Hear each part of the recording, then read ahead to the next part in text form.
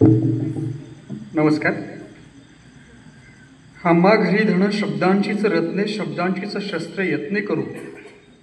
शब्दची आमच्या जीवाचे जीवन, शब्दे वाटू धन जन लोका.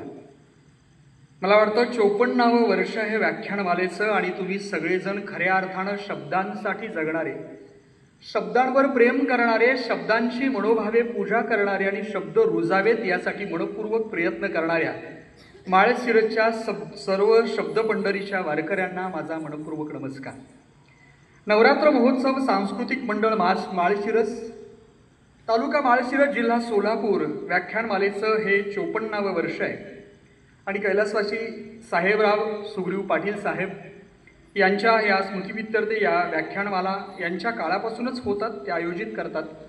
मला खूप छान या ठिकाणी आजच्या या कार्यक्रमासाठी आल्यानंतर वाटतंय. त्याचं कारण आहे की या गावामध्ये मला वाटतं 54 वर्ष महाराष्ट्रातल्या संपूर्ण साहित्यिक मंडळांचा मेळा या ठिकाणी येऊन गेला. खूप मोठ्या साहित्यिकांची नावं मला त्यांनी सांगितली, मी ऐकली, मला खूप छान वाटलं.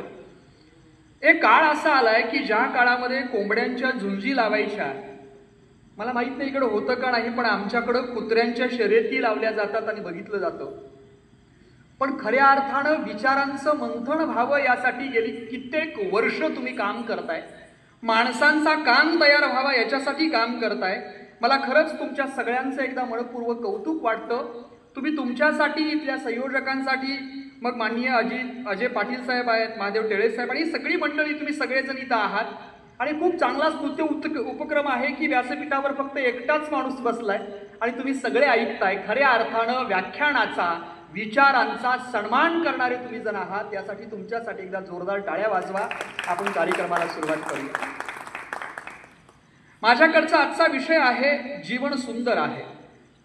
पण हा विषय मांडताना योगायोग बघा की मला वाटतं महाराष्ट्राचा जवळपास निम्मा भाग सध्या पाऊस, त्याचबरोबर पूर अशा अनेक समस्यांनी ग्रासतोय. अशा वेळेत या व्याख्यानमाला आपण घेतोय. याचा अर्थच असा आहे की खऱ्या अर्थानं जगण्यावर पुन्हा प्रेम करणाऱ्या, सांगणाऱ्या माणसांची आणि ऐकणाऱ्या माणसांची गरज आहे. असा हा काळ, सध्याचा काळ सुरू झालाय. कारण सध्या जर बघितलं तर महाराष्ट्रात संपूर्ण वेगवेगळ्या ठिकाणी फार विचित्र परिस्थिती आहे. अशा काळात अशी काही माणसं आहेत जी जीवनावर नितांत प्रेम करतात. तुम्ही दररोज बातम्या ऐकल्या असतील. काही माणसं एका ठिकाणी बुडतायत, त्यांना मदत करणारी माणसं सुद्धा आहेत. कितीतरी माणसं झाडाला लटकून स्वतःचं आयुष्य जगवतायत. याचा अर्थच असा आहे, जगण्यावर नितांत प्रेम करणारी, जगण्यासाठी स्वतःचं आयुष्य कुर्बान करणारी आणि दुसऱ्यासाठी जगणारी माणसं या समाजात आहेत. म्हणूनच मला वाटतं जगणं सुंदर आहे. आजच्या या विषयाला थोडीशी वेगळी किनार यामुळे लाभलेली आहे. माझा आजचा विषयच आहे जीवन सुंदर आहे. जीवन म्हणजे काय? जीवन या शब्दात 3 अक्षर आहेत. जीव, वन आणि जिन. म्हणजे वनासारख्या अत्यंत वाईट आणि बिकट परिस्थितीत सुद्धा माणसानं स्वतःच्या जगण्याचं गाणं म्हणजेच खऱ्या अर्थानं जगणं. जीवनाचं वर्णन वेगवेगळ्या माणसांनी वेगवेगळ्या पद्धतीनं केलंय. अगदी सुनील गावस्करांसारखा माणूस म्हणतो की जीवन म्हणजे क्रिकेट राजा हुकला तो संपला. तर काही साहित्यिक म्हणतात 2 घडीचा डाव त्याला जीवन ऐसे नाव. बहिणाबाई नावाची निरीक्षक, ज्याला आपण अनाक्षर स्त्री म्हणतो, की आला श्वास गेला श्वास त्याचं न्यारर तंतर, जगणं मरण 2 श्वासाचं अंतर. जगणं आणि मरण या 2 श्वासाचं अंतर म्हणजे जीवन. हे बहिणाबाईनं आम्हाला सांगितलं. जन्माला आल्यापासून मरण्यापर्यंतचा जो अंतराचा प्रवास आहे तो सुंदर व्हावा, छान व्हावा, यासाठी बहिणाबाईनं आम्हाला खूप छान गोष्ट सांगितली. प्रत्येकाने जगण्याच्या व्याख्या वेगवेगळ्या केलेत. साहित्यिकांनी शब्दांमध्ये पकडण्याचं काम जगण्याला केलं. प्रत्येकानं जगण्याबद्दलची वेगवेगळे आयाम सांगण्याचं काम केलं. तुम्ही जर आपल्या अध्यात्मशास्त्रात गेला तर आपलं अध्यात्मशास्त्र सांगेल खूप वर्षापासून, म्हणजे युगानुयुग परमेश्वर होता, ज्याला पुरुष असं नाव दिलं गेलं. तो पुरुषाला म्हणजे परमेश्वराला एकटा राहायचा कंटाळा आला आणि त्याच्यानंतर त्याने प्रकृतीला जन्म दिला आणि त्याच्यानंतर पुरुष आणि प्रकृती यांच्यातून मग तन्मात्रा तयार झाल्या, संपूर्ण महाभूतं तयार झाली आणि पृथ्वीवर जगणं अवतरलं असं अध्यात्मशास्त्र सांगेल. तुम्ही जर विज्ञानाकडे गेला तर विज्ञान सांगेल की हा जग म्हणजेच, हे युनिवर्स म्हणजे, हे ब्रह्मांड म्हणजे सूर्याचा प्रचंड तप्त असा गोळा होता. प्रचंड तापलेला हा सूर्याचा गोळा एक दिवस जोरात फुटला आणि संपूर्ण ग्रह एका विशिष्ट अंतरावर गेले. पृथ्वी एका विशिष्ट अंतरावर आली. त्या अंतरावर त्या ठिकाणी वातावरण तयार झालं, पाणी तयार झालं, हवा तयार झाली, अग्नी तयार झालं आणि पाण्यामध्ये पहिला जीव वळवळला. त्याचं नाव आहे अमिबा. अशा पद्धतीनं जगण्याचं वर्णन आणि जगणं कसं तयार झालं याच्याबद्दल अनेक माणसांनी सांगितलं. काही माणसं म्हणतात की जगणं ही नशा आहे. बाकी कुठल्याही नशा करा पण काही काळानंतर त्या उतरतात, पण जगण्याची नशा ही आयुष्याच्या शेवटपर्यंत उतरत नाही. काही जणांनी सांगितलं जगणं म्हणजे दुसरं काही नाही, रंगभूमी आहे. आपण सगळेजण त्यातले कलाकार आहोत. एकाला बहिणीचा रोल दिलाय, एकट्याला भावाचा रोल दिलाय, एकट्याला मुलाचा रोल दिलाय. प्रत्येकाने जन्माला यायचं. आपण लहान मुलापासून मरणाऱ्या म्हणजे म्हाताऱ्यापर्यंत सगळे रोल अत्यंत इमाने इतभारे निभवायचे आणि या आयुष्याच्या रंगमंचावरनं निघून जायचं. काही जण म्हणतात जीवन ही रंगभूमी आहे. काही जणांना वाटतं जगणं हे रणांगण आहे. या रणांगणात संघर्ष आहे. जंगलातून जाता जाता एकदा वाट चुकावी, विश्रांतीसाठी एका झाडाखाली बसावं, समोर एखादा विंचू दिसावा, विंचवाला मारण्यासाठी दगड उचलावा, दगडाखाली एखादा साप असावा, सापानं स्वतःचा पाठलाग करावा, पळता पळता वेलीनं आच्छादलेल्या एका विहिरीत पडावं, विहिरीत एखादी मगर असावी, मगरीपासून वाचण्यासाठी झाडाच्या फांदीचा आधार घ्यावा, फांदीवर चढता चढता फांदीला लटकलेलं मधाचं पोळं फुटावं, सगळ्या मधमाशांनी चावून हैराण करावं, पण त्याच वेळी मधाच्या पोळ्यातनं पडणारा एक थेंब स्वतःच्या हातावर पडावा आणि जिभेनं तो अलगद चाकून बघावा. याला म्हणतात आयुष्य. कारण जगणं हे संकटाने भरलेलं आहे, जगणं हे संघर्षानं भरलेलं आहे. म्हणून काही माणसांना वाटतं जगणं हा संघर्ष आहे, जगणं हा रणांगण आहे. काही माणसांनी फार छान सांगितलं की जगणं हा प्रवास आहे. बऱ्याच जणांचं कसं असतं बघा, प्रवास सुरू झाला आणि प्रवास संपला. बऱ्याच जणांना प्रवासाच्या डेस्टिनेशनची काळजी असते. काही जण सांगतात दादांनो, प्रवासाच्या डेस्टिनेशनची काळजी करत बसण्यापेक्षा प्रवासाचा अनुभव घ्या, अनुभूती घ्या, कारण जगणं हा प्रवास आहे. थोडक्यात काय, प्रत्येकानं आपापलं जगणं वेगळ्या पद्धतीनं सांगितलं. आणि तुम्हाला जर विचारलं तर जगणं म्हणजे काय, तर काही माणसं इथं असतील जी जगण्याकडं नकारात्मक दृष्टीनं बघतात. ती माणसं म्हणतील जीवन म्हणजे दुसरं काहीच नाहीये, तर जीवन म्हणजे हा संघर्ष आहे, जीवन म्हणजे दुःख आहे, जीवन म्हणजे नकारात्मकता आहे. हे जीवन कसले, मरणाची माला मासोळी झोंबते तोडावयाशी गळाला, असं नकारात्मक सुद्धा जगण्याबद्दलचं तुंतुण काही जण वाजवतील बरं का. काही जण म्हणतील जगण्यात काय राहिलंच नाही, मेलेलं बरं. काही जण म्हणतील जगणं म्हणजे फक्त वैराण वाळवंट आहे, त्या वाळवंटात दुसरं काही सापडत नाही. जेवढ्या व्यक्ती आहेत ना तेवढ्या प्रकृती आहेत आणि प्रत्येकाला स्वतःचं जगणं वेगळं वाटतं. त्याचं कारण प्रत्येक जण स्वतःचं जगणं वेगळ्या चष्म्यातून बघतो. मग हे सगळं असं असताना माझ्यासारखा एखादा माणूस तुम्हाला सांगतोय की दादानो जगणं सुंदर आहे. असं काय, तर याचं कारणच आहे परमेश्वरानं माणसाचा जन्म आम्हाला दिलाय. किती सुंदर माणसाचा जन्म आहे बघा. अध्यात्मशास्त्रात जर गेला तर सांगितलं जातं 84 लक्ष जन्मातनं मग माणसाचा जन्म मिळतो. ते खरं खोटं सोडून द्या, पण मला एक गोष्ट खात्री आहे, माणसाचं आयुष्य हे खरंच रेअर आहे. माणसाचं आयुष्य हे इतकं सुंदर आहे, त्या सुंदरतेवर आम्हाला प्रेम करता आलं पाहिजे. बघा, या विषयाचे 2 भाग आहेत. जीवन सुंदर आहे, सुंदर आहे का याच्याबद्दल थोडंसं बोलूया. मला सांगा, तुम्ही आणि मी माणूस आहोत आणि खरं सांगा आमच्या बरोबर जगणाऱ्या या पृथ्वीवर, या पर्यावरणावर फक्त आम्ही नाहीये, तर असंख्य कीटक आहेत, असंख्य वनस्पती आहेत, असंख्य प्राणी आहेत, असंख्य म्हणजे असंख्य जीव आहेत. त्या सगळ्या जीवातला माणूस हा वेगळा आहे बरं का. या सगळ्या जीवनांमधला माणूस हा वेगळा आहे. कारण बघा, बाकीचे सगळे जीव हे फक्त जिभेनं खायचं काम करतात, म्हणजे तोंडानं खायचं काम करतात. पण माणूस नावाचा असा प्राणी आहे जो खातो पण खाल्याबरोबर त्या जिभेवर असणाऱ्या सगळ्या चवी त्या माणसाला सांगता येतात. या जगातलं सगळ्यात सुंदर काय असेल तर आम्हाला फक्त जीभ नाहीये, तर खाल्लेल्या प्रत्येक गोष्टीची चव आमच्या मनापर्यंत, आमच्या मेंदूपर्यंत, नवे नवे आमच्या स्मृतीपर्यंत जाते आणि याच आठवणींच्या आयुष्यावर जगू शकतो. आठवा, लहानपणी आपली आई भाकरी करायची, त्या भाकरीचा वास किंवा त्या भाकरीची चव अजून सुद्धा तुमच्या आणि माझ्या तोंडामध्ये असेल. ही चव ज्याच्या आयुष्यात लाभली आहे ना, त्या प्रत्येक माणसाला आयुष्य सुंदर वाटायला लागतं. बाकीच्या प्राण्यांना दृष्टी आहे, ते बघू शकतात. अगदी छोटासा कीटक घ्या किंवा मोठा प्राणी घ्या, सगळे प्राणी बघू शकतात, पण जी दृष्टी लागते ना, ती नजर, ती दृष्टी फक्त माणूस नावाच्या प्राण्यात आहे. कारण माणूस फक्त एक गोष्ट बघत नाही, त्या बघण्याच्या पाठीमागचे असंख्य अर्थ तुमच्या आणि माझ्या डोळ्यांमध्ये साठलेले असतात.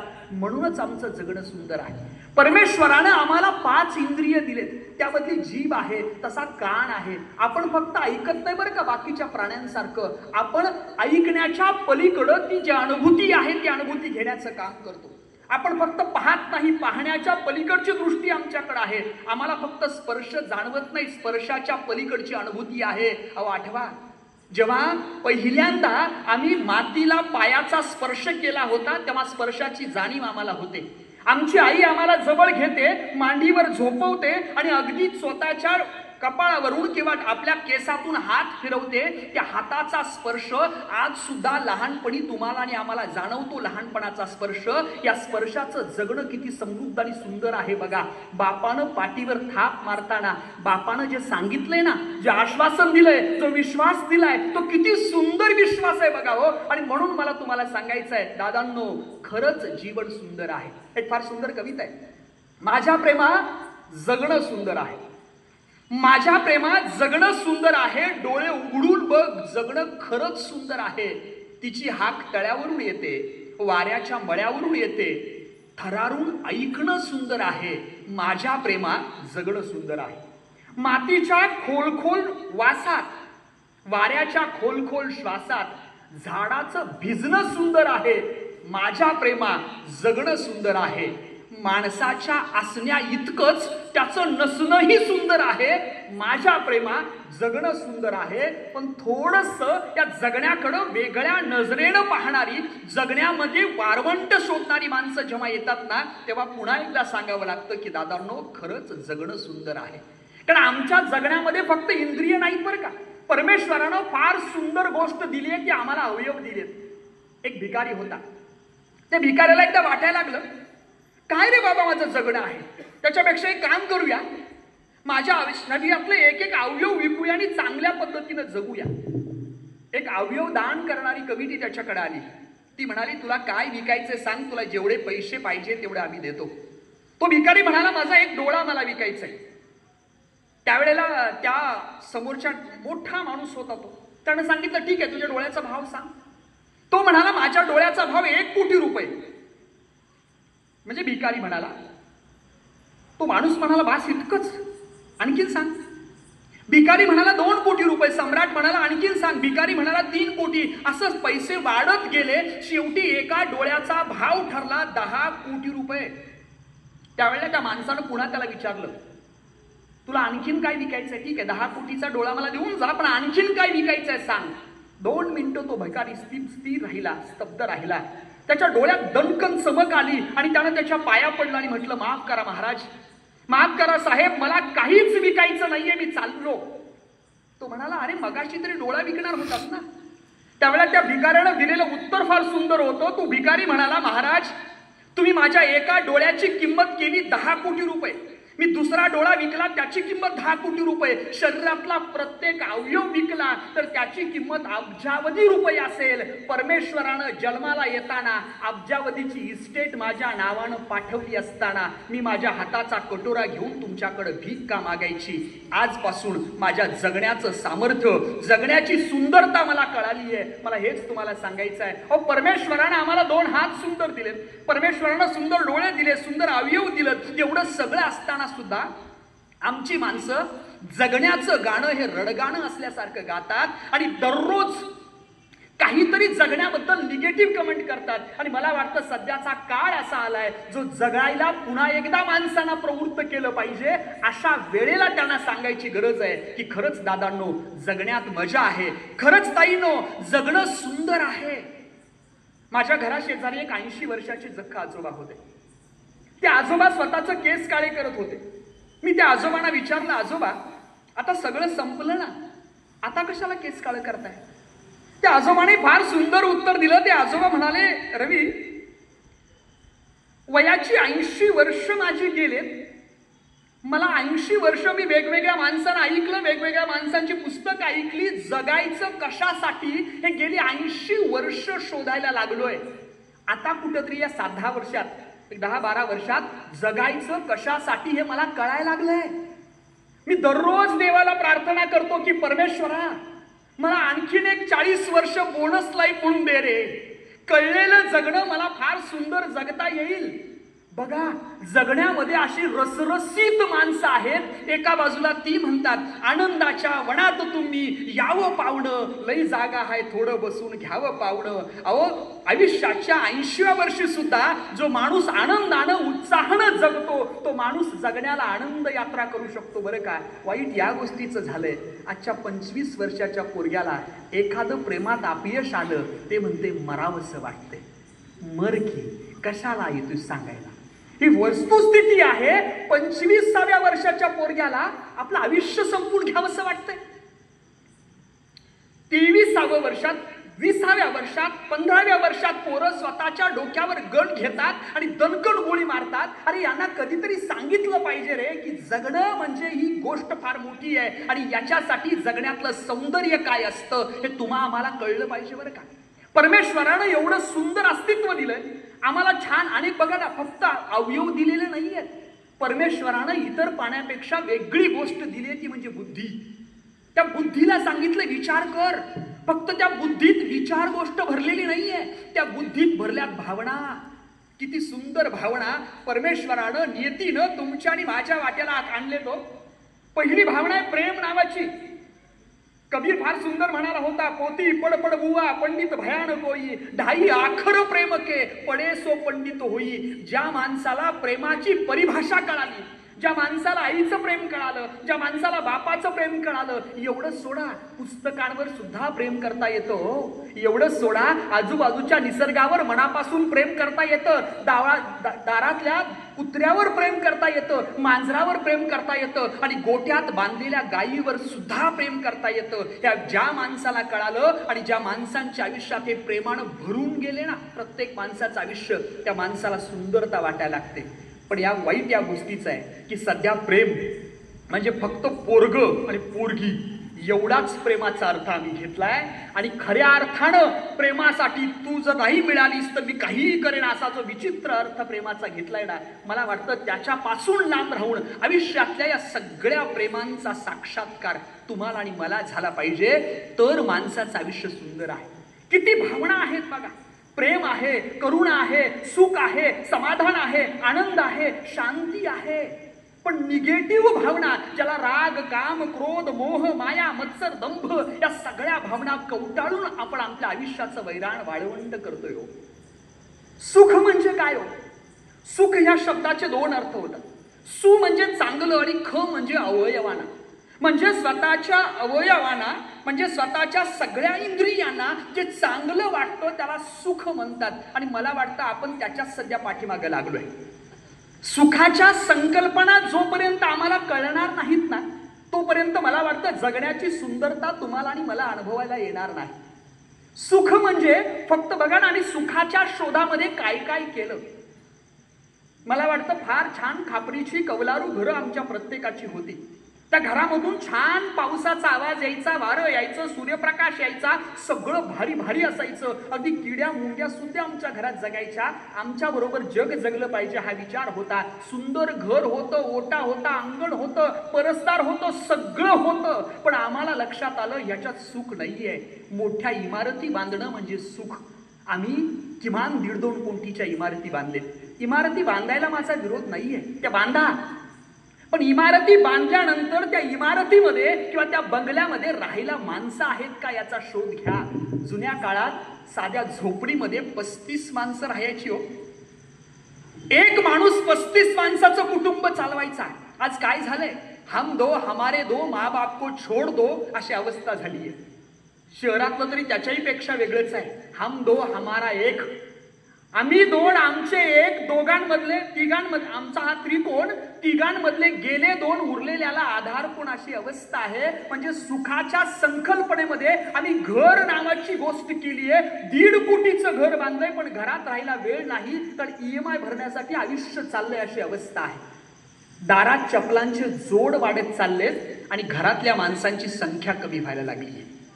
या माणसानं जवळपास 1.5 लाखाचा सोफा घेतलाय आणि डॉक्टरनं सांगितलंय खाली झोपायचं. घरात डबा भरून साखर असते. अगोदर दिवाळीलाच फराळ करत होतो बरं का. घरात डबा भरून साखर असते, पण वाईट या गोष्टीचं आहे त्यातली थोडी घेऊन खाऊ शकत नाही, कारण खाणाऱ्याला डायबिटीज झालाय. अहो विचार करा, घरात फ्रीज आहे, AC आहे. आमचं अक्षर घरच्या घर थंड असतं. घरामध्ये साधा दगड ठेवला तरी सुद्धा तो चील आणि थंड असतो. सगळं थंड असतं घर ACनं, पण आमचं डोकं मात्र गरम असतं. ही वस्तुस्थिती आहे. आम्ही या सुखाच्या नादाखाली, सुख नावाच्या गोष्टीखाली अत्यंत सुंदर अशी 4 लाखाची, 10 लाखाची, 15 लाखाची गाडी खरेदी केली आहे. खरेदी करायला अडचण नाही, पण यानं दारात लावलं की रात्री 17 वेळा उठून बघतंय गाडीवर खडकं कोण मारते का. याचा अर्थ असा आहे, सुख नावाच्या गोष्टीसाठी आम्ही जे सगळं करतोय त्यातनं सुख मिळतच नाही, उलट टेन्शन वाढत चाललंय. घरामध्ये मला फार सुंदर सांगितलं भोसले सरांनी या ठिकाणी येऊन व्याख्यान दिलं. त्यात शिवाजीराव भोसलेंचं एक वाक्य फार सुंदर होतं. ते म्हणायचे, घरात टीव्ही आला, टीव्हीचा लॉंग फॉर्म त्यांनी सांगितला होता, टीव्ही म्हणजे ताबडतोब वाटोळं. घरच्या अख्ख्या संस्कृतीचं वाटोळं या सगळ्या टीव्हीनं, मोबाईलनं, या यंत्रांनी केलंय. मला एक सगळ्यांनी सांगा, ज्याच्यासाठी सुख म्हणून तुम्ही हे सगळं मिळवलंय, सगळं सोडलं. आम्ही चुली सोडली, गॅसवर आलो, घरं सोडली, मोठी घरं बांधली. या सगळ्या सुखाच्या प्रवासामध्ये आम्ही कुठं आलोय? ज्या माणसाला ना खाल्ल्यानंतर त्याचं काय होतं हे माहीत नव्हतं, ते माणूस 115 वर्ष जगायचं. आणि आज खाल्ल्यानंतर ते काय होतं हे टीव्हीवर दिसतं, ते 60 वर्ष जगतं. याला प्रगती का अधोगती तुमचं तुम्ही ठरवायचं. सुखाच्या शोधात आम्ही मूल्य विस्कटून टाकलेत. सुखाच्या शोधात जगायचं कसं हे आम्ही विस्कटून टाकलंय. आणि खऱ्या अर्थानं चुकलं कुठं माहित आहे का आमचं? हे जगणं सुंदर जर करायचं असेल तर मला सगळ्यांना सांगायचं आहे, तुम्ही एकदा ठरवलं पाहिजे हो, मला सुख पाहिजे का आनंद पाहिजे. सुख वेगळा, आनंद वेगळा. आनंदावर फार सुंदर सांगतात, आनंदी आनंद गडे इकडे तिकडे चोहीकडं. आनंद हा चोहीकडं आहे हो. आनंदासाठी पैशाची गरज लागत नाही. आणि पैसा हा एका विशिष्ट लेवल पर्यंत आनंद मिळवून देतो, त्याच्यानंतर तो दुःखाचं कारण असतो. ही वस्तुस्थिती आहे. माझं मत आहे, मूठ सांडायच्या अगोदर ती दुसऱ्याला देण्यात सुद्धा आनंद आहे. अत्यंत पैसा मिळवणं म्हणजे सुख मिळालं, पण सुखी माणसं आनंदी असतील, समाधान असतील हे सांगता येत नाही. आयुष्य सुंदर करायचं असेल तर सुखाचा, समाधानाचा प्रत्येकानं रेशो शोधला पाहिजे, असं वैयक्तिक मला वाटतं बरं का. आयुष्य किती सुंदर आहे याचं कारण आणखीन आहे, ते म्हणजे आपल्या आयुष्यातली नाती. बघा, भाऊ बहीण, आई बाबा, मैत्रीण, मित्र, ही सगळी नाती फक्त आणि फक्त माणसांच्या आयुष्याला येतात बरं का, जनावरांच्या नाही. कारण रस्त्यानं जाताना एका कुत्र्याला दगड मारला की दुसरं कुत्रं पळून जातं, त्याला त्याचं काहीच वाटत नाही. पण रस्त्यानं जाताना एखाद्याच्या पायात काटा मोडला तर दुसऱ्याच्या डोळ्यात टचकन पाणी येतं ना, हे फक्त माणसाच्याच आयुष्यात होतं बरं का. आणि म्हणून तरी कुठल्या तरी गावामध्ये एखाद्या बुडणारी महिला बघितली, तिचं एखादं संसार उद्ध्वस्त होणारं बघितलं तर आमचं काळीज पिळवटून टाकतं. आणि मग महाराष्ट्रातल्या कुठल्याही कोपऱ्यात असेना, आमच्या खिशात हात जातो आणि आम्ही काही ना काहीतरी तिला द्यायचा प्रयत्न करतो. हे फक्त घडतं माणसांच्या आयुष्यात, प्राण्यांच्या आयुष्यात घडत नाही. कारण भावना नावाची गोष्ट, नाती नावाची गोष्ट तुमच्या आणि माझ्या आयुष्यातच आहे हो. म्हणून आयुष्य सुंदर आहे. सांगा ना, सगळ्या प्राण्यांना आई आहे, पण त्याला आईला आई म्हणायचंय, बाकीच्या प्राण्यांना माहित नाही. एकमेव माणूस प्राणी आहे ज्याला आईला आई म्हणतो. आईला बघितल्यानंतर त्याला भरभरतं येतं. आई आयुष्यभर त्याच्यासाठी असते, कारण आ म्हणजे आत्मा आणि ई म्हणजे ईश्वर. आत्म्याचं आणि ईश्वराचं मिलन होतं ती असते आई. काय अवस्था आहे आजची. विचार करण्यासारखी गोष्ट आहे. आमच्या आयुष्यात खूप सुंदर नाती आहेत, पण आम्ही फक्त आमच्या आयुष्यामध्ये चौघांनाच ठेवलंय. नवरा, बायको, पोरग आणि एक पोरगी, वास. आई बाबा आमच्या आयुष्यात नाहीयेत. ही वस्तुस्थिती आहे की आजी आजोबा नाहीयेत, आई बाबा आमच्या आयुष्यात नाहीयेत, आणि आम्हाला वाटतंय की आम्ही प्रचंड मोठा बंगला बांधला, आम्ही फार सुखी झालो. मला सांगायचं आहे, नात्यांना बघून आयुष्य सुंदर करता येत नाही बरं का. बाप नावाची गोष्ट आयुष्यातली फार मोठी आहे. तुमच्या आणि माझ्या आयुष्यातला बाप आठवा. अहो, साधं बँकेच्या दारात उभं राहिलं ना, बँकेच्या दारात उभं राहिल्यानंतर तो बँकेचा अधिकारी पहिल्यांदा तुम्हाला विचारतो तुझा सिबिल स्कोर काय, आणि मग तुम्हाला कर्ज देतो. म्हणजे तुमची लायकी बघून जो कर्ज देते ती बँक असते, आणि तुमच्या डोळ्यातली स्वप्न बघून जो स्वतःच्या आयुष्याची पुंजी देतो तो बाप असतो. प्रत्येकाच्या आयुष्यात असा बाप मिळत नाहीये. आई हे घराचं मांगल्य असते, बाप हे घराचं अस्तित्व असतो. ही वस्तुस्थिती अशी आहे की बापाची काळजीतून त्या बापाचे अस्तित्व ओळखायचं. पण दुर्दैवी या गोष्टीचं बापाचं प्रेम आम्हाला कळलंच नाही. शेवटच्या वेळेला कधी स्वतःच्या बापाचा हात हातात घेतलाय, त्याच्या डोळ्यात बघितला आणि सांगितले, सांगा मी तुझ्यासाठी आहे, तू माझ्यासाठी आहेस, पप्पा काळजी करू नकोस, बाबा काळजी करू नकोस. हे आयुष्यातलं सुंदर नातं ज्या माणसाच्या आयुष्यात आहे, आणि ज्या माणसाच्या आयुष्यात अजून स्वतःचे आईबाप घरात आहेत, त्या प्रत्येक माणसाला स्वतःचं आयुष्य सुंदर वाटतं. आयुष्यातलं पुढचं सगळ्यात महत्वाचं नातं नवरा बायकोचं. किती समृद्ध आणि सुंदर नातं आहे बघा. लग्न नावाची व्यवस्था केली, आयुष्यभर एकत्र राहण्याची आणबाग घेतली. ही माणसं एकत्र राहतात, सुखात बरोबर, दुःखात बरोबर. तू माझा, मी तुझी, काहीही संकट येऊ दे तुझ्या बरोबर मी आहे. हा विचार किती सुंदर आहे. माझं कुणीतरी वाट पाहतंय, हे वाक्य किती सुंदर आहे. बायकोचं प्रेम आणि नवऱ्याचं प्रेम एकमेकांना कळलं तर खऱ्या अर्थानं आयुष्य सुंदर होतं. पण आमच्या इथं परवा एका मित्रानं सहज त्याचा मोबाईल बघितला, त्याच्या मोबाईलवर फोन आला आणि त्याच्यावर लिहिलं होतं कटकट. मी म्हटलं हा काय आहे, कटकट कोण? त्यानं सांगितलं बायकोचं नाव कटकट असं सेव्ह केलंय. म्हणजे आम्हाला सारखं फोन करणारी, दररोज कुठं आहात विचारणारी, काय चाललंय विचारणारी बायको आम्हाला कटकट वाटते हो. त्या बायकोकडे आम्ही लक्ष देत नाही. पण विचार करा, ज्या दिवशी ती बायको आयुष्यातून निघून जाईल ना, त्या दिवशी पगारानं जरी तुम्ही माणूस ठेवला की सकाळी 6ला फोन कर, 10ला फोन कर, 11ला फोन कर, 12ला फोन कर, पण तो वेळेवर फोन करेल सुद्धा. पण फोन उचलल्यानंतर अहो कसे आहात, घरी कधी येताय, ही जी प्रेमाची, आस्थेची, आपुलकीचा शब्द आहे तो फक्त बायकोच देऊ शकते हो. पण वाईट या गोष्टीचं आहे, आम्ही अत्यंत हीन पद्धतीनं स्वतःच्या बायकोला आणि स्वतःच्या नवऱ्याला जर वागवायला लागलो ना, तर आयुष्याची सुंदरता संपून जाते. आयुष्यात मित्र नावाचं किती सुंदर नातं तुम्हाला आणि मला मिळाले बघा. आठवा तुमचे सगळे मित्र, सगळ्यांचे फार सुंदर मैत्री असते. आणि असं म्हणतात बघा की सहवासाच्या वेलीवर हमखास उगवणारं फूल म्हणजे मैत्री. असं नसते बरं का. मैत्री तयार व्हायला, मैत्री घडायला खऱ्या अर्थानं अनेक छान गोष्टी लागतात. तुमच्या आणि आयुष्यात माझ्या मित्र आहेत. आठवा, ज्या दिवशी संकटात असताय त्यावेळेला कदाचित तुम्ही घरातल्याला फोन करणार नाही, पण पहिला फोन तुमचा मित्राला असेल, आणि तो मित्र सुद्धा अत्यंत हक्कानं तुम्हाला सांगतो बोला काय आहे. ज्या वेळेला मी संकटात असताना माझा मित्र माझ्या पाठीशी उभं राहतो, असे मैत्री माझ्या आयुष्यात आहे. म्हणून मला वाटतं माझं आयुष्य सुंदर आहे. प्रत्येकाच्या घरात आजी आजोबा असतात. तुम्ही सुद्धा सगळेजण दिवसभर काम करताय. कुणी शेतात काम करतं, कुणी बाहेर काम करतं, कुणी रस्ते कुठंही काम करतं. दिवसभर वणवण वणवण वणवण फिरून जेव्हा घराकडे येत आहे ना, तेव्हा तुम्ही घरात पाय टाकल्याबरोबर स्वतःचा नातू असेल किंवा स्वतःचं पोरगा असेल, दूर दूर दूर दूर पळत येतं आणि आजाची किंवा बाबाची गोड गोड पापी घेतं. हे पापी हे अमृताचे घट आहेत.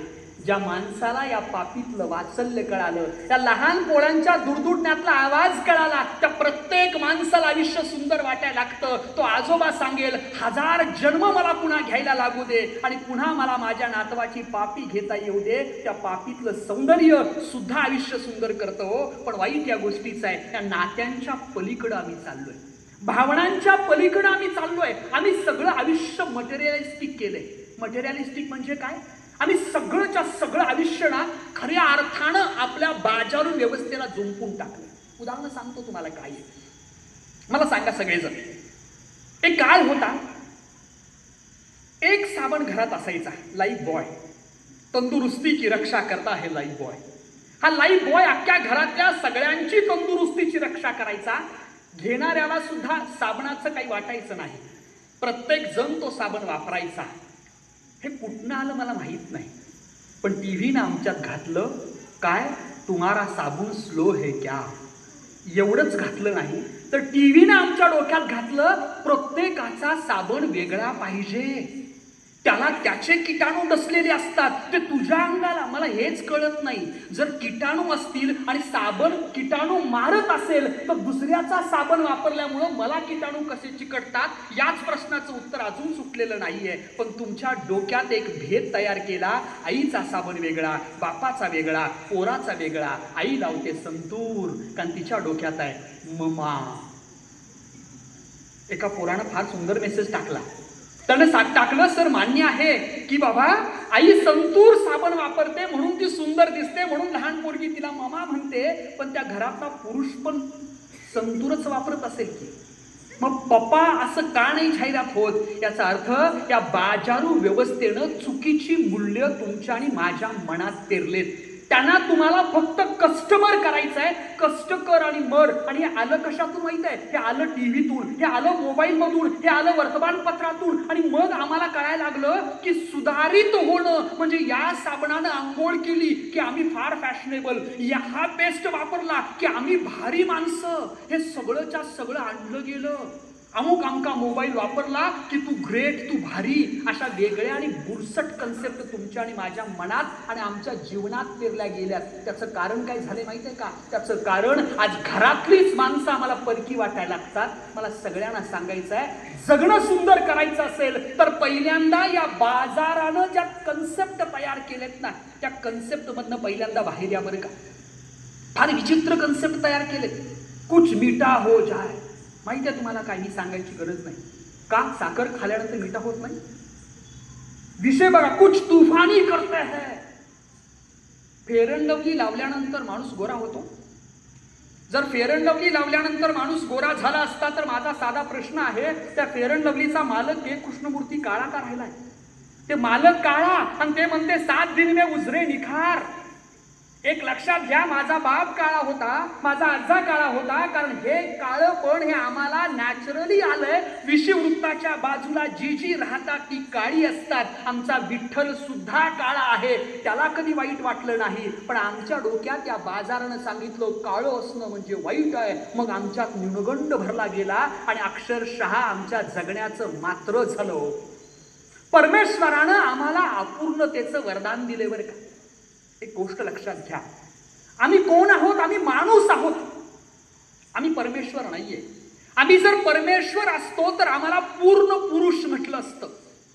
आयुष्य जन्माच्या मरेपर्यंत जरी आम्ही प्रयत्न केला ना, कुठलाही साबणानं घासा, कुठलाही कंपनीचा आंघोळ करा, कुठलीही पेस्ट लावा, काही करायचं ते करा, शेवटी तुम्ही अपूर्ण राहणार आहात. हे जगातलं अंतिम सत्य आहे. कारण माणसाना अपूर्णतेचं वरदान दिलंय. 3 गोष्टी सांगतो, पटतात का बघा. तुम्हाला अपूर्णतेचं वरदान आहे, मला पण अपूर्णतेचं वरदान आहे. मी किती जरी प्रयत्न केला, कुठल्याही क्लासला गेलो, कुठं जरी गेलो तरी मी अपूर्णच राहणार आहे. नंबर 2, आम्ही पूर्ण होऊ शकत नाही ही वस्तुस्थिती आहे, कारण आम्ही माणूस आहोत. खरंच जगणं सुंदर कधी होतं माहिती आहे का? अपूर्णतेपासून पूर्णतेपर्यंतचा जो प्रवास सुरू आहे आयुष्यभर, यामुळे जगणं सुंदर होतं बरं का. पण वाईट या गोष्टीचं आहे, आम्हाला या सोसायटीमध्ये अशी काही मूल्य डोक्यात घातलेत की अपूर्ण असणं म्हणजे बाद असणं, अशी एक समज तयार करून घेतलाय. आणि मग एका माणसाला टक्कल असलं तर ते आयुष्यभर खंगून मरते हो. टक्कल आहे मला, अरे का या जगातलं अशी गोष्ट सगळीच सारखी कशी असतील सांगा ना मला. नाही असू शकत. कुणी बुटका असेल, कुणी उंच असेल, कुणी काळा असेल, कुणी गोरा असेल, कुणी खुजा असेल, कुणाला हात नसतील, कुणाला पाय नसतील, कुणाचे डोळे वेगळे वाकडे असतील हो. कारण परमेश्वरानं प्रत्येकाला बनवताना वेगळं बनवलंय. सगळीच झाडं परमेश्वरानं सारखी केली नाहीत. काही झाडं चंदनाची आहेत, काही झाडं बोरी बाबळीची आहेत. बोरी बाबळीची झाडं आहेत म्हणून बोरी बाबळीने वाईट वाटून घ्यायचं नाही हो. कारण त्यांचं आयुष्यच बोरी बाबळीचं आहे. फक्त एकच करायचं, बोरी बाबळीने चंदनाच्या झाडाच्या बाजूला जाऊन उभं राहायचं. कारण जाता येताना माणूस जेव्हा खूप सुंदर सुगंध आहे म्हणून त्या चंदनाच्या झाडाकडे बघेल ना, तेव्हा तो फक्त चंदनाचं झाड दिसणार नाही, त्याला बोरी बाबळीचं झाड सुद्धा दिसेल. माझं मत आहे परमेश्वरानं जसं दिलंय ना तसं स्वीकारायला शिकूया. पहिली गोष्ट आहे स्वतःवर मनापासून प्रेम करायला शिकूया. आयुष्य सुंदर वाटायला लागतं. याचं कारण आहे या बाजारू व्यवस्थेनं डोक्यात घातलंय. मी छोटा आहे, माझे केस पांढरे आहेत, मी काळा आहे, मी डब्बा आहे. अरे बाप रे, आयुष्य वाईट करून टाकलं या माणसाने. पहिली गोष्ट आहे जसे आहात ना तसे फार सुंदर आहात बरं का. एकदा एका बायकोनं नवऱ्याला विचारलं, माझ्या आयुष्यातल्या 4 चुका तुम्ही सांगा, मी करतेल्या 4 चुका तुम्हाला सांगा, त्या सुधारायचा प्रयत्न मी करते. त्यावेळेला त्या नवऱ्यानं फार छान केलं. दिवसभर म्हणा, तो म्हणाला मी संध्याकाळी तुला सांगतो. तो नवरा घरी गेला, ऑफिसमध्ये गेला आणि ऑफिसमध्ये गेल्यानंतर येताना त्याने 10 गुलाबाची फुलं आणली. त्या बायकोला तो गुच्छ दिला असा आणि त्या बायकोला सांगितलं, मी दिवसभर तुला शोधायचा प्रयत्न केला, तुझ्यातले अवगुण काय आहेत, गुण काय नाही आहेत, पण मला लक्षात आलं तू जशी आहेस ना तशी छान आहेस, छान दिसतेस, तुझ्यात एकही अवगुण नाही. मला सांगायचं आहे, जिंदगी का हुनर भी आजमाना चाहिए, अगर जंग आपणों से हो तो हार जाना चाहिए. आयुष्य सगळं चांगली नसतात हो. जशी आहे तशी स्वीकारा, जसे आपण आहोत तसे स्वीकारा. आयुष्य सुंदर वाटायला लागतं. आमचं चाललंय का माहिती आहे, कंपॅरिझन चाललंय. त्याची कशी बघ, तू कशी आहेस. आणि या तुलनेनं आयुष्याची वाट लागली. अगदी लग्नाला आलेलं पोरग वयाच्या 30व्या व 23व्या वर्षी लग्नासाठी पुरी बघायला सुरू करतं, त्याला नेहमी कंपॅरिझनची सवय लागते. 32 वर्षापर्यंत अजून तसंच आहे ते. का? आयुष्याचं सुख नावाची संकल्पना, समाधान नावाची संकल्पना आणि समाधानाचा रेशो आम्ही ठरवलाच नाही हो. माझं मत काय माहित आहे का, एकदा ठरवूया किती पैसे मिळाले की मी समाधानी होईन. एकदा तेवढे मिळाले ना मग त्याच्या पुढे ढुंकून सुद्धा बघायचं नाही. एकदा ठरवूया कितीपर्यंत मला हे सुखाची समाधानाचा रेशो काय आहे, किती खोल्यांचं घर असल्यानंतर मी समाधानी होईल. खरं सांगा, घरानं समाधान मिळालं असतं तर या जगातल्या झोपडीवाल्याला आनंद मिळालाच नसता हो. त्या झोपडीवाल्याला आनंद का मिळतो? कारण आनंद ही कुणाची मक्तेदारी नाहीये. अहो मान्य आहे, शहाजहाननं बांधलेला ताजमहाल खूप महान आहे, पण खरंच एकमेकांना समजावून घेतलं तर 1 रूम किचन मध्ये ती मुमताज आणि तुम्ही शहाजहान आहे हे ज्याला कळलं ना त्याला आयुष्य कळलं. जर जगायचं असेल, सुंदर करायचं असेल तर तुलना नावाची गोष्ट बंद करूया बरं का. तुझ्या पोरग्याला एवढे मार्क, माझ्या पोरग्याला एवढे मार्क, तुझं पोरग 95%, माझं पोरग 80%. अहो नाही होणार असं. प्रत्येकाची स्वतःची वेगळी कपॅसिटी असते, प्रत्येकाची स्वतःची वेगळी क्षमता असते. वाईट या गोष्टीचं आहे, जर पोरग्यानं 80% मार्क नाही काढले म्हणून आमच्या मनात राग तयार होतो आणि त्या रागाचं परिवेशन पोराला मारण्यात होतं. परवाचंच उदाहरण आहे. एका बापानं फार सुंदर कोरी करकरीत मर्सिडीज गाडी आणली, अत्यंत सुंदर. मर्सिडीजची किंमत असते किमान 55 लाख 60 लाख. आता मला सांगा, मर्सिडीज आणली, सगळं गाव खुश, घर खुश, सगळे जण चाललेत एकमेकांना पेढे देण्यासाठी. समोर गाडी लावली आहे, घरचे सगळे आरती करतात. त्या लहान बाळ होतं एवढंसं, त्याला काय वाटलं माहीत नाही. ते घरात पळत गेलं, त्यानं त्या घरातली काजळाची डबी शोधली, त्यातलं काजळ असं चिमटीनं घेतलं, पळत आलं आणि पांढऱ्या खंड गाडीवर ओढलं.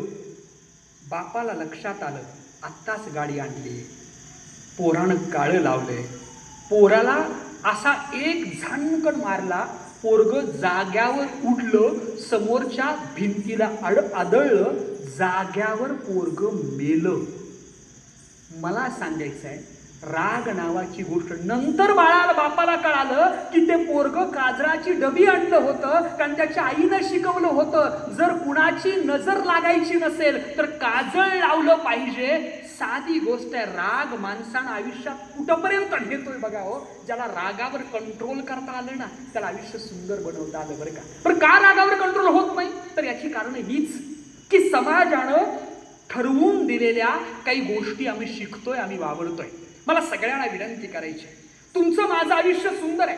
किती वर्षाचं आहे, 60 वर्षाचं, 70 वर्षाचं, आत्ता उद्या माहीत नाही, पण माझं मत आहे जगण्याचं गाणं हे रडत गाण्यापेक्षा सुंदर आणि छान म्हणत गाऊया. हे जगण्याचं प्रचंड मोठं समाधान आहे बरं का. जगण्यातली नाती सांभाळायचा प्रयत्न करूया. आता एक बघा बरं का, सगळ्यांच्या घरात खऱ्या अर्थानं घर लागलीये असं एखादं घर असेल की जे शांत असेल. पण वस्तुस्थिती आहे किमान दारातनं जाताना घरातनं येणारे आवाज ऐकले की कळतं की फक्त एक घर म्हणजे घर असतं. घर हे 4 भिंतींचं नसतं. घरातली माणसं म्हणजे घर आहेत. घर हे खऱ्या अर्थानं चांगलं असायचं असेल तर घरातली नाती समृद्ध झाली पाहिजेत. आयुष्य सुंदर व्हायचं असेल तर नात्यांना समृद्ध करायची, नात्यांना छान करायची जबाबदारी तुमची आणि माझी आहे बरं का. तरच आयुष्याची सुंदरता तुमच्या आणि माझ्या वाट्याला येणार आहे. अन्यथा आमचं आयुष्य म्हणजे फक्त आणि फक्त वरून मुलामा दिलेलं अत्यंत छान दिसणारं पण आतून कुजकट असणारं आयुष्य असेल. हे असायचं नसेल ना तर आयुष्य सुंदर करायचं असेल तर नात्यांना मुलामान छान देण्याची गरज आहे. आज काय चाललंय माहिती आहे का, सासू आणि सून या 2 गोष्टीमध्ये ना अक्षरशः घराचं वाळवंट होते. सासू म्हणजे सारख्या सूचना, सून म्हणजे सूचना नको. आणि ते बरोबर वाईफचा पहिला शब्द डब्ल्यू असतोय, मदरचा पहिला शब्द यम असतोय. आणि ते डब्ल्यू आणि यम नेहमी उलट असते. कधीही ते एकत्र एकसारखं नसतं. आणि मध्ये असतो हजबंड म्हणजेच तो. आता गंमत बघा, त्या दोन्हींच्या वादांमध्ये अक्षरशः पुरुष किंवा जो काही हे असतो तो भरडला जातो. अक्षरशः घराचं वाळवंट होतं. परवा एका घरात गेलो होतो, आमचे नातेवाईक होते आणि सासूबाई बसल्या होत्या, पलीकडे सून होती. आता पाहुणा आलाय म्हटल्यानंतर सुनेनं पोहे करायला गेली. सुनेनं छान पोहे कडले आणले, तिच्या हातात दिले, सासूच्या माझ्या हातात दिले. आम्ही दोघांनीही छान पोहे बघितले. मी पोहे खाणार तोपर्यंत मला ऑफिसमधनं मेसेज आला. मी मोबाईल काढला, मोबाईलमध्ये तो महत्त्वाचा मेसेज होता म्हणून टाईप करायला लागलो. पलीकडं पोळ्यांचा ठेवला आणि सांगितलं काकी तुम्ही खा, मी 2 मिनिटानंतर खातो. ती म्हणाली ठीक आहे तुमचं होऊ दे. मी 2 मिनिटं गेली तरी पण म्हटलं ती खात नाही. बघितलं, मी म्हटलं खा ना. ती म्हटली तुमचं होऊ दे. 3 मिनिटं गेली, 10 मिनिटं, 15 मिनिटं गेली. मीच टाईप करतोय, शेवटी टाईप झालं. एक 10 मिनिटानंतर मी ती प्लेट घेतली, खायला सुरुवात केली.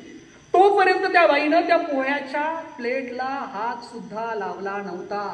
जसा मी एक घास खाल्ला तसं बाईनं माझ्या अगोदर पोहे संपवले.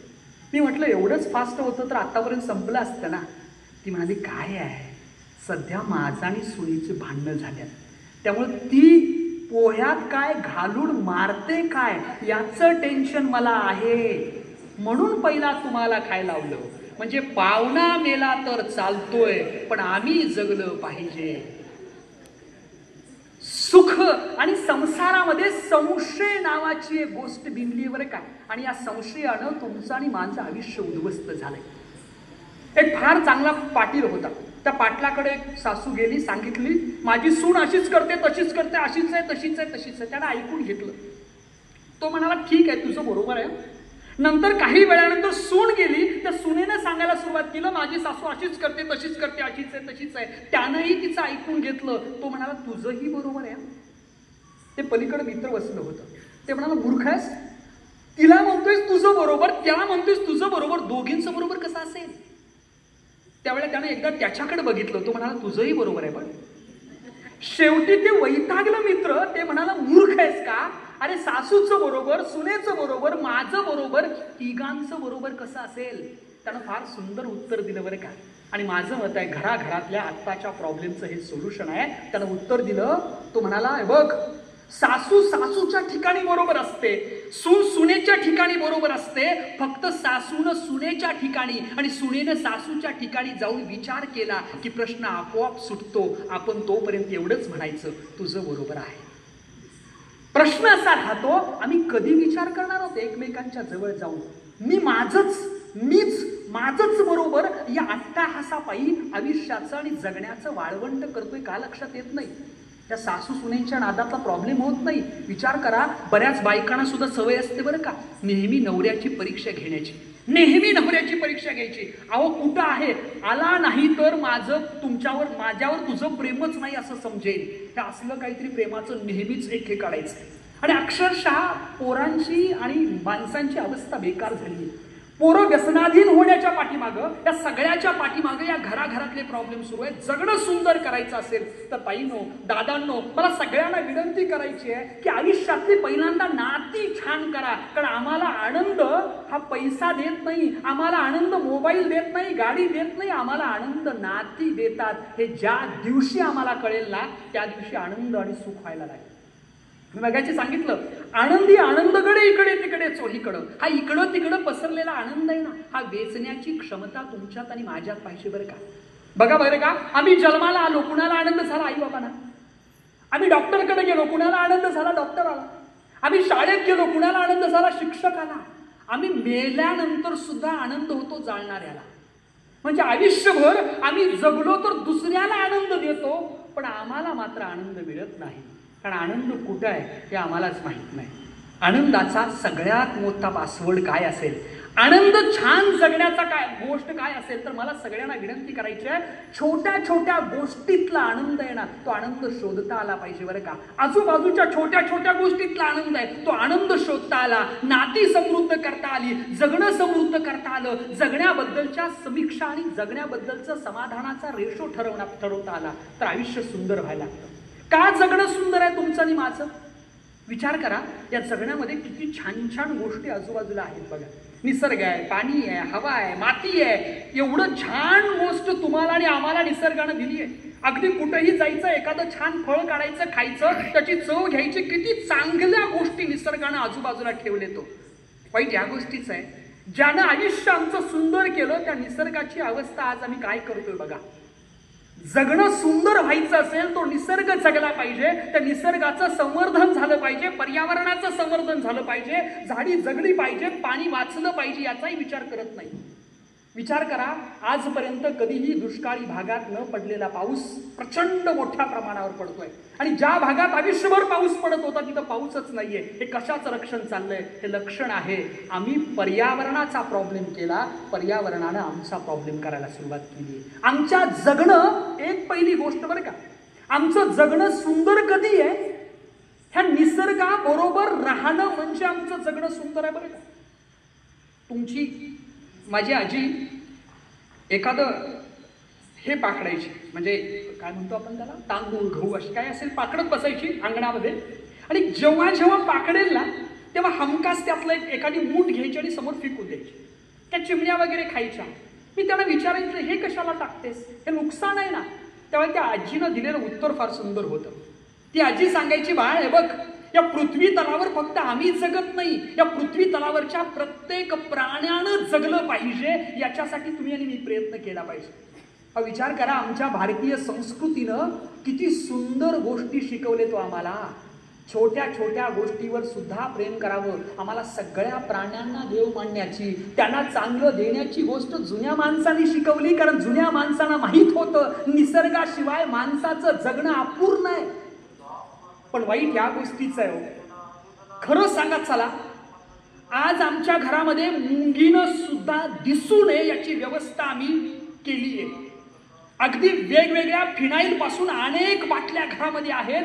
अगदी साधं विंचू सोडा, तो विषारी असतो, पाल झुरळ सुद्धा आमच्या घरात नाहीये. आमच्या घरामध्ये सगळं चकचकीत असतं. एक नवीन आजार झालाय माणसाला, कुणाला माहित नसेल तर सांग.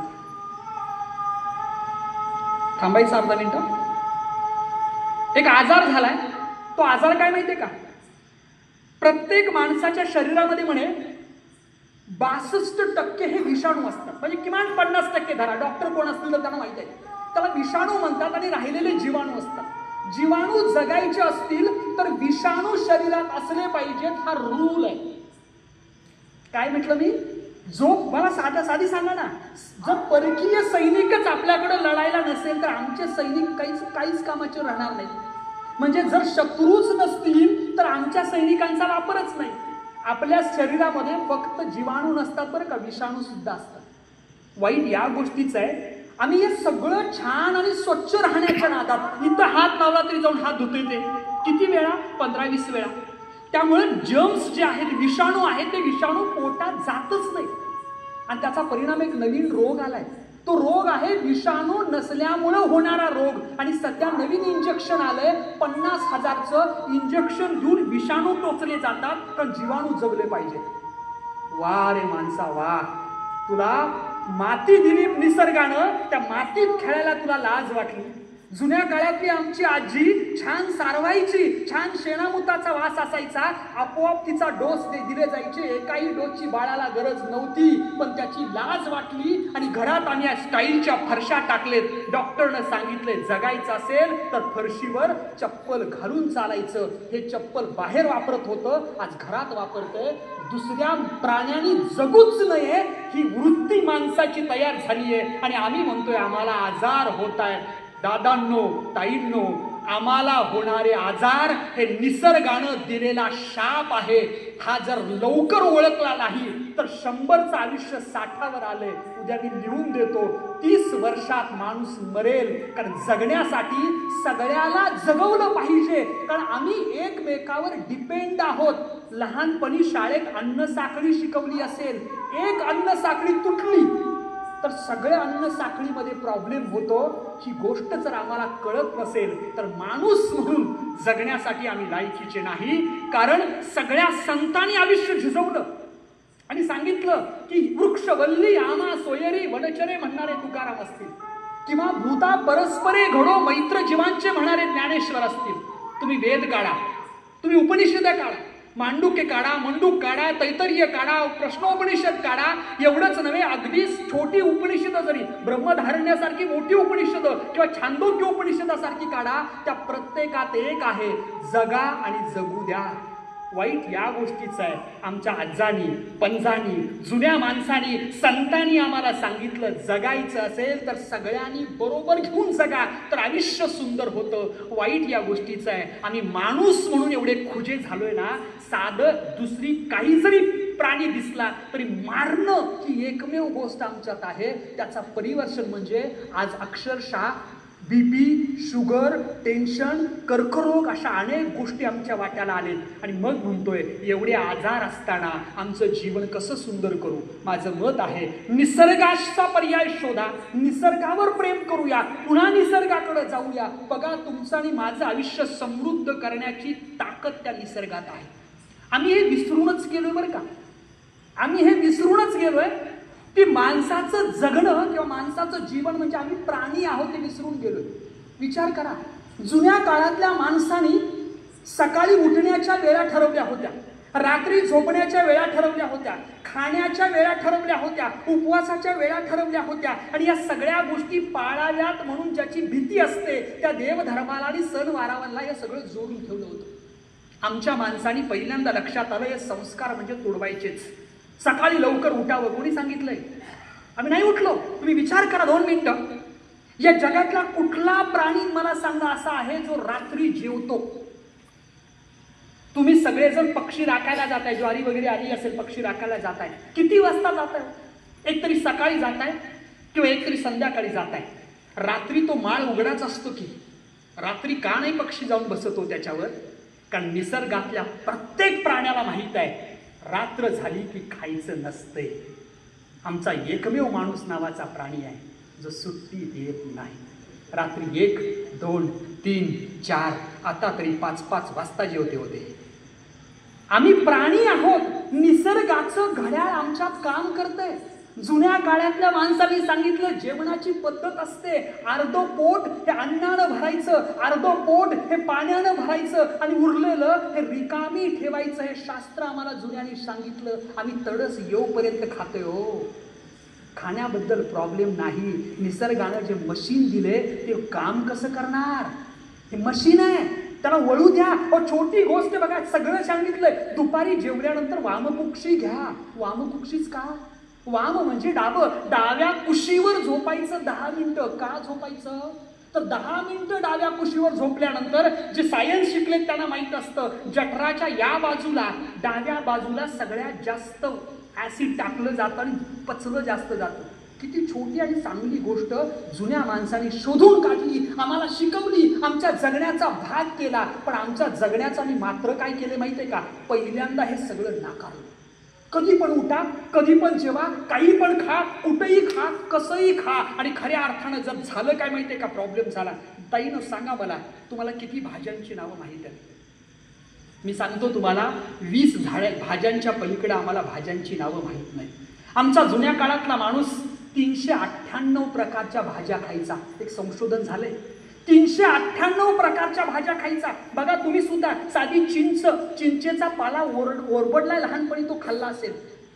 अगदी बारीक चिंच ती खाल्लीये, आंबट चिंच खाल्लीये, चिंच पिकल्यानंतर खाल्लीये, चिंचेचा चिंचोका उगळलाय, भाजलाय आणि तो खाल्लाय. एवढं पोटात गेल्यानंतर ते रफ अँड टफ झाले. अशा माणसाला 115 वर्ष जगण्याचा आनंद घेता आला. वाईट या गोष्टीचं आहे, 20 भाज्यांच्या पलीकडं नावच माहीत नाही.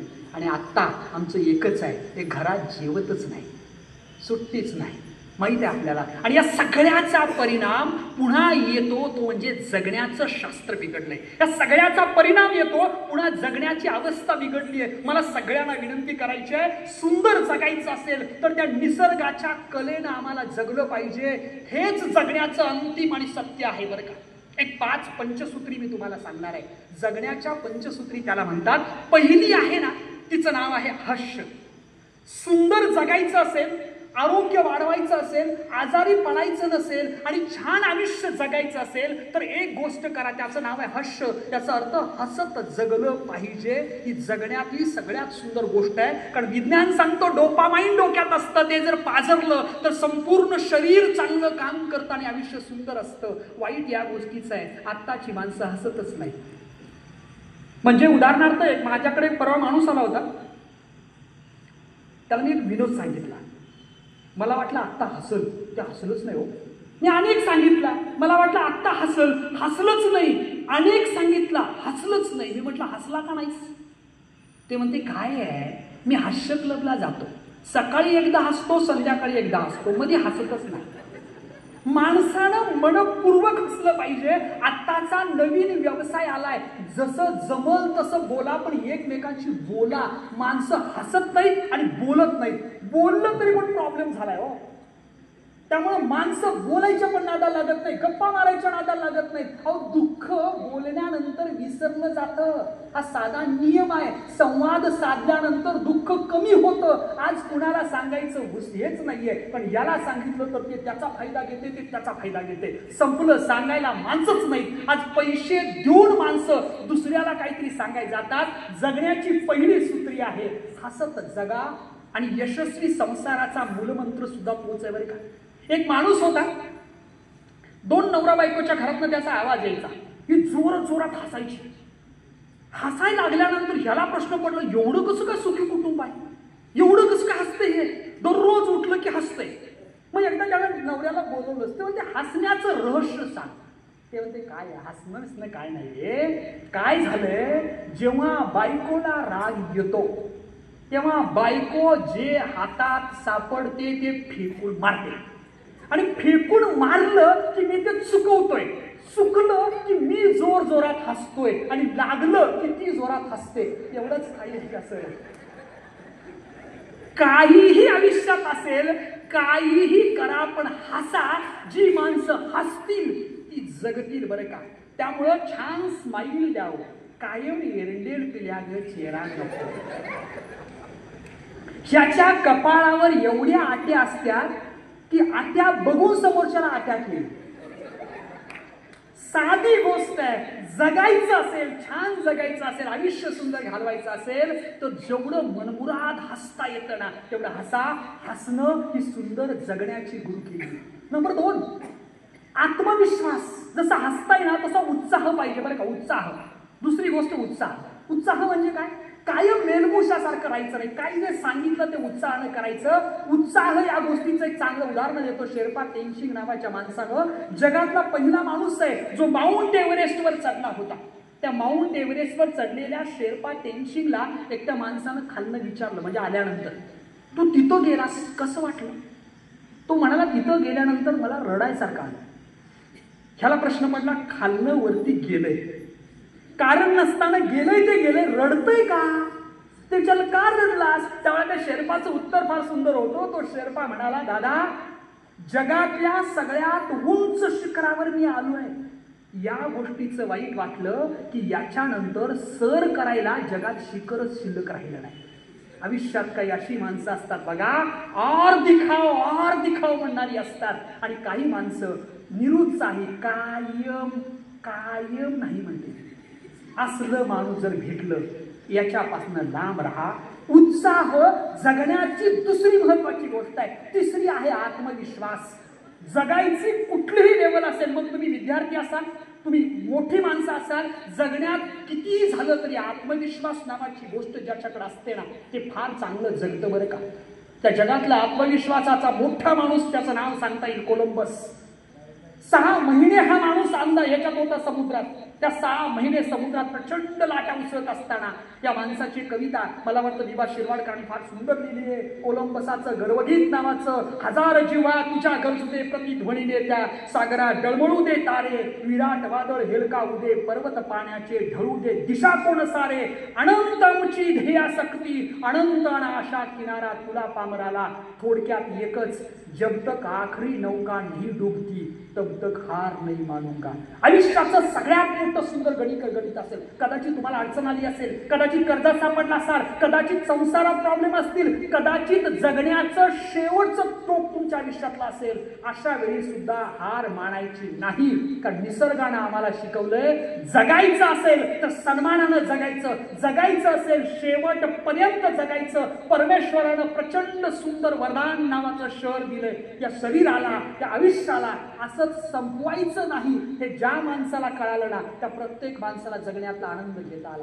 पुढची सगळ्यात महत्वाची गोष्ट आहे आशा, होप्स. एक लक्षात घ्या, सगळं हरलं तर चालेल बरं का, सगळं संपलं तर चालेल. एक झोपडी होती, त्या झोपडीत 5 मेणबत्त्या लागल्या होत्या, 4 मेणबत्त्या होत्या.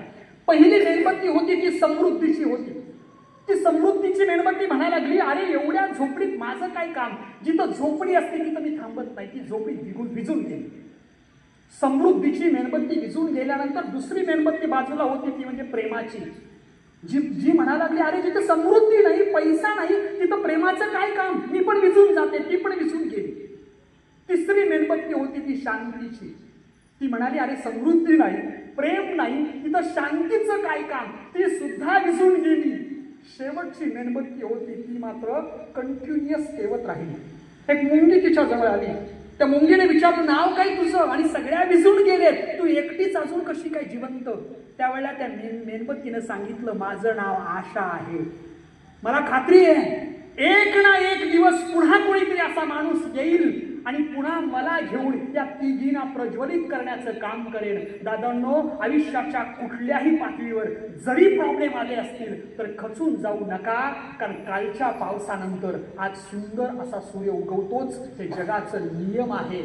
सुखानंतर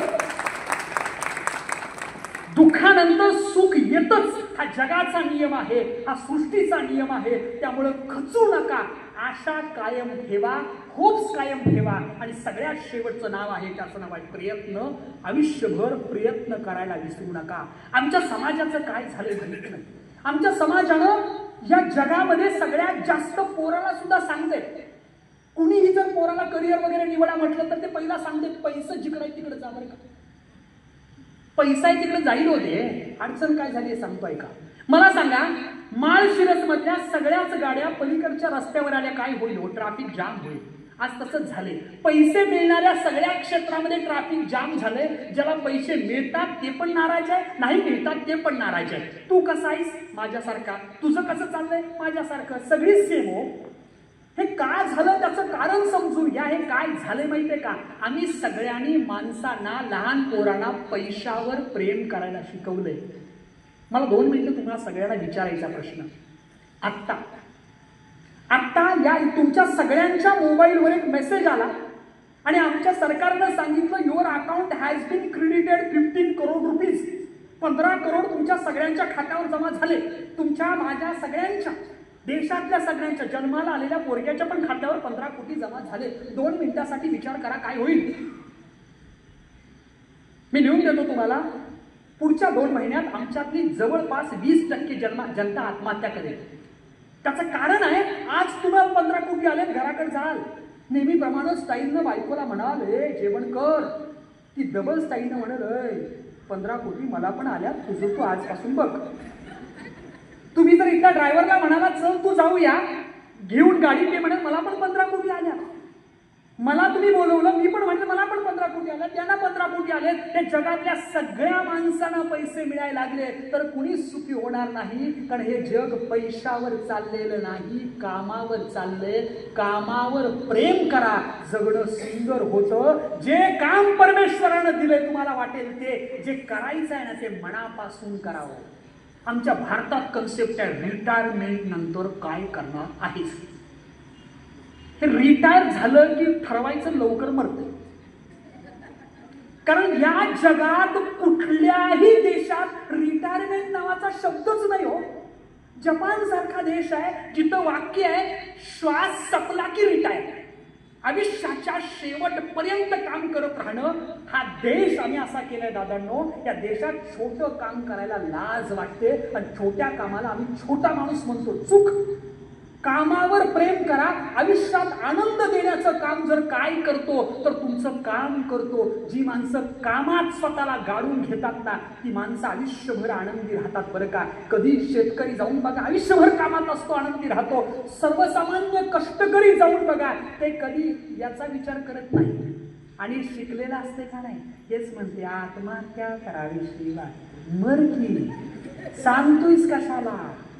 कष्टकरी नावाच्या माणसानं कधीच नाही सांगितलं. विचार करा, आमच्या बापाला पगार होता 5,000 6,000. आमच्या बापाने 4 पोरीची लग्न केली, पण बाप कधी खचला नाही. कारण बाबाला माहित आहे, जगायचं असेल स्वाभिमानानं कामावर प्रेम करायचं. अशी माणसं या जगात तयार झाली. माझं सगळ्यांना विनंती आहे, आयुष्याच्या शेवटपर्यंत कामात राहा. जे काही जमेल ते काम करा. रिटायर कधीही होऊ नका. कारण रिटायर होणं म्हणजे टायर बदलून कामाला लागणं. ही कामाला लागण्याची वृत्ती तुमच्या प्रत्येकात यावी अशी अपेक्षा व्यक्त करतो. आणि फार वेळ झालाय, फक्त शेवटचं 1-2 मिनिटं मी हा विषय घेणार आहे आणि थांबणार आहे. शेवटचा भाग असाच की हे सगळं सुंदर जर करायचं असेल, मला आता बिघडलंय माझं, सुंदर करायचं असेल तर जाताना काही टिप्स द्या. 5 टिप्स लक्षात ठेवण्यासारख्या. नंबर 1, ठरवून करायच्या बरं का. आजपासून आयुष्य सुंदर होतं. कुणाही माणसानं आपल्या आयुष्यात काहीतरी चांगलं केलं, आपल्या आयुष्याबद्दल चांगलं केलं, कुणी चांगलं म्हटलं, माझं मत आयुष्यातली पहिली जडीबुटी आहे ती म्हणजे जमेल तर माणसांचं कौतुक करायला शिका. जेवढं चांगलं तुम्ही कौतुक कराल, काही जर करेल असेल, एखादे काय केलं त्याला म्हणायला छान झालं, म्हणायला कुणाच्या बापाचं काय जाते. आज ह्याला एवढं टेन्शन, समोरच्याला तुम्ही छान झालं म्हटलं की तुम्हाला छान वाटते का नाही. बघा आमचं असतं, हो याला म्हणायचं, आम्हाला टेन्शन येतं. साधी गोष्ट, छान झाले. अहो ह्याच्या फेसबुकला मित्र असतात 5,000. ही एकट्याला पण लाईक करत नाही, ह्याला पण कोण लाईक करत नाही, ते पण त्याला लाईक करत नाही. माझं मत आहे, आज जाऊन फेसबुक उघडायचं, लाईक करायचं. कोणाचं काय चांगलं झालं लाईक करायचं. लाईक करा, दुसरं काय होणार नाही. दोघांची लाईकी मात्र नक्की वाढेल. त्यामुळे जमलं तर कौतुक करा म्हणण्यापेक्षा करायचं. दुसरी गोष्ट आहे, माफ करायची का बरं का. काय झालंय बघा दादांनो, साधा हा दगड आहे. हा दगड समजा मी आता धरून उभा राहिलो, मला काही होणार नाही. 5 मिनिटं धरायला लागलो हात दुखेल, अर्धा तास धरायला लागलो तर हात खूपच दुखेल. मी जर 2 तास हा दगड धरून उभारलो ना, अक्षरशः माझा हात निकामी होईल. विचार करावं, किती माणसांच्या बद्दलचा राग स्वतःच्या मनात साठवून ठेवलाय. हा असा आहे, तो तसा आहे, तो तसा आहे, तसा आहे. माझं मत आहे, आयुष्यात तुमचं त्याचा काही फरक पडत नाही बरं का. त्याला तुम्ही माफ केलं नाही केलं, तुम्ही चिडला तर सगळ्यात फरक आपल्याला पडणार आहे. कारण ते दिसलो की आपली तोळपायाची आज मक्षकाला जाते, याचा BP वाढतोय, कमी होतोय, शुगर. कशाला, माफ करून टाका. चल जगात आलास, चल तू माझं काय वाईट केलं असेल आजपासून तुला केलं माफ, चल. पण आजपासून तुला बघणार नाही, पण माफ केलं, चल. ही माफ करण्याची वृत्ती जर तुमच्या मनामध्ये असेल ना, एखाद्यानं चुकी केलीच असेल तर माफ करा. माफ करण्याची वृत्ती ज्या माणसाकडे असेल त्या माणसाला आयुष्य सुंदर होतं. पुढची गोष्ट, काहीही करत असाल तर मी केलं म्हणायचं नाही, आम्ही केलं म्हणायचं. एकदा दिवाळीला मी फराळ केला होता. मी नाही केला, दोघांनी मिळून केला. केला तिनंच हो. मी काय केलं ते तळलं. म्हणजे काय केलं, चकल्या होत्या, तिनं त्या चकल्या छान हे करून दिल्या. मी तळल्यानंतर त्या प्लेटमध्ये काढल्या. तोपर्यंत आमचे मित्र आले. आमच्या मित्रांनी मी नेऊन दिल्या त्यांना. त्या चकल्या खाल्ल्या. ते पण गप बसतील का नाही. ते म्हणाले वा छान झाले बरं का. मग मी म्हटलं मी केलंय. मी म्हटल्यानंतर धनकण आतनं भांड्यांचा आवाज आला. बायको म्हणाली 2 मिनिटं यावं इकडं. मी गेले. का डबा कुठं माहिती आहे का पिठाचा. म्हटलं नाही. चकल्या कशा करतात माहिती आहे का. मी म्हटलं नाही. अहो सगळ्या चकल्या केल्या मी, पीठ दळलं मी, सगळं केलं, तळून घेतलं आणि त्यांना जाऊन सांगतोय मी केलं म्हणून. मग मला कळालं आयुष्याच्या सुखाचं रहस्य आहे मी नाही, आम्ही केलं. ज्या दिवशी तुम्हाला लक्षात येईल. आणि खरं बरं का, खरंच घर हे दोघांचं असतं. दोघांनी सावरायचं असतं. एकट्यानं पसरवलं तर दुसऱ्यानं आवरायचं असतं. संसाराच्या रहस्यापासून सार्वजनिक आयुष्याच्या रहस्यापर्यंत मी नाही, आम्ही केलं म्हणायला शिका. आयुष्य फार सुंदर होतं. जगण्याला खरंच फुलपाखराचे पंख आहेत. फार सुंदर कविता आहे. सांगा कसं जगायचं कणत कणत की गाणं म्हणत. सांगा कसं जगायचं कणत कणत की गाणं म्हणत. काळ्या कुट्टा काळोखात पुढचं काही दिसत नसतं. दिवा घेऊन तुमच्यासाठी कोणीतरी उभं असतं. काळोखात उडायचं की प्रकाशात उडायचं तुम्हीच ठरवा. कसं जगायचं कणत कणत की गाणं म्हणत. रस्त्यावर काटे असतात हे अगदी खरं आहे हो. पण फुलं असतात हे काय खोटं आहे. फुलासारखं फुलायचं की काट्यासारखं सलायचं तुम्हीच ठरवा. कसं जगायचं कणत कणत की गाणं म्हणत. जगण्याचा अर्धा पेला भरला आहे असंही म्हणता येतं. जगण्याचा अर्धा पेला सरला आहे असंही म्हणता येतं.